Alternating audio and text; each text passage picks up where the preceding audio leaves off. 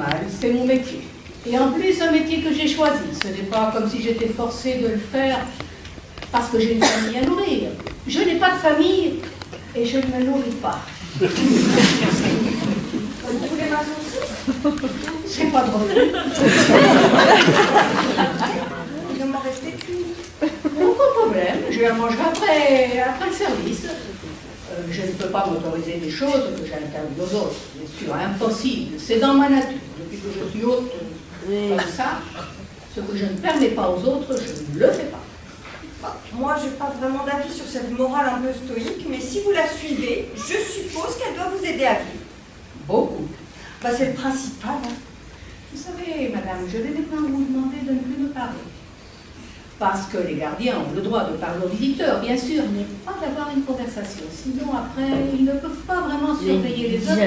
Et les gens les touchent. Bah, c'est compréhensible. On a un drôle de métier, vous savez. Bah, je ne me rends pas bien compte. Et je l'aime bien. Allez, au revoir, madame. Au revoir, madame.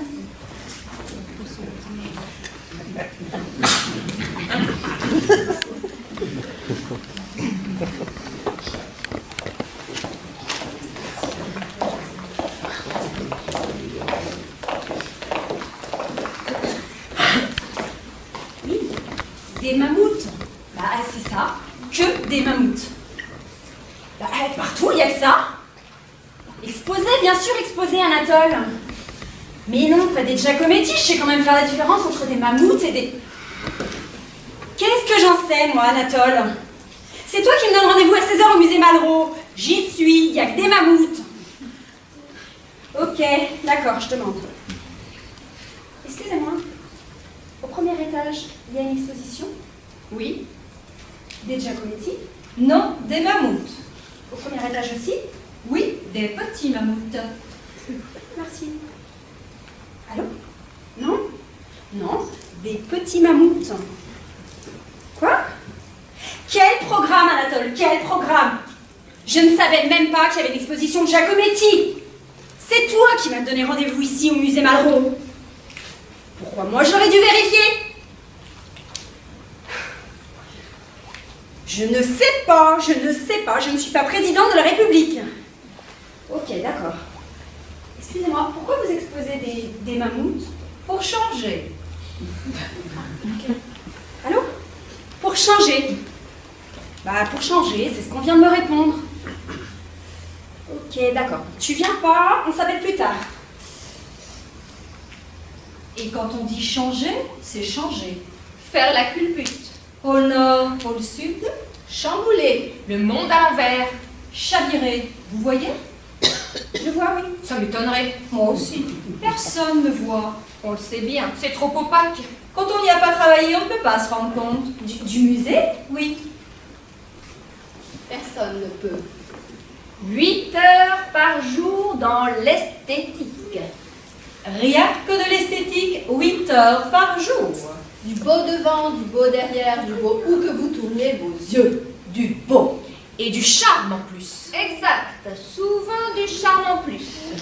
Grâce, symétrie et sensibilité. Beaucoup de sensibilité. Climat très très poétique. Du sol au plafond. En permanence. C'est-à-dire sans arrêt. Mais ce qui domine, c'est la sensibilité. Une énorme sensibilité. On baigne dedans du soir au matin. On est bien d'accord, Roberta? Oui, c'est vrai que la sensibilité, c'est 80% de notre environnement. 90, Roberta. Pardon, 90. Et à force, on s'attendrit. Ça nous ronge la cuirasse. Oui, ça finit par ronger. À ce point, vous imaginez ce que c'est que d'être du matin au soir devant un Goya Rodin? Ou un petit vase précolombien gros comme ça. Ça ronge pareil. Dès que c'est beau, ça ronge. Excusez-moi, j'ai rien compris. L'éléphant et le mammouth, c'est la même chose ou c'est pas la même chose? Enfin, je veux dire, c'est des animaux communs ou pas? C'est proche, mais différent. Comme le lièvre et le lapin, Régine, je me tue à te le répéter. Presque pareil, mais pas pareil. Bah, sauf que le lièvre et le lapin, ils n'ont pas de trompe, Betty. C'est énorme comme ressemblance, une trompe. Quand on a une trompe, je ne peux pas imaginer une seconde qu'on n'est pas de la même famille que le type d'en face qui en a une aussi, pas une seconde. Bon. Vous avez un bouquin là-dessus? Vous le trouverez à la librairie du musée. Merci. Tout ce que tu veux que mammouth et éléphant, c'est kiff-kiff. Bon, alors tu peux m'expliquer pourquoi le lièvre et le lapin ne Mais sont parce qu'ils n'ont pas de trompe, Betty. Quand est-ce que tu te mettras dans la tête que ni le lièvre, ni le lapin ont une trompe, Betty, quand? Pas facile non plus. C'est vrai qu'on souffre moins, mais parfois on a honte. Et ça n'est pas de la faute des mammouths. On est bien d'accord, Roberta? On est bien d'accord. Ça n'est jamais de la faute de l'œuvre d'art. C'est nous qui décidons toujours.